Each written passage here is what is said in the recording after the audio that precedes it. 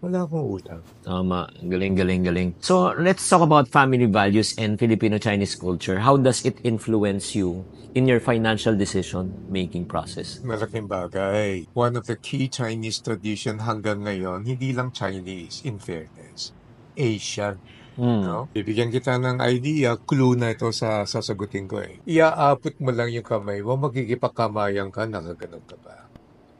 Iinom ka lang, iiwas ka pa. Napapanood natin sa K-drama yan. Hmm. Napapanood natin sa mga Chinese movies, nagbabaw ka. Oh. Isa sa mga pinakamalaking tradition or Asian culture na napulot ko ay paggalang sa Okay. iba. It's respected. So yung respect na yan ay binavalue pala ng lahat na kanegosyo ko.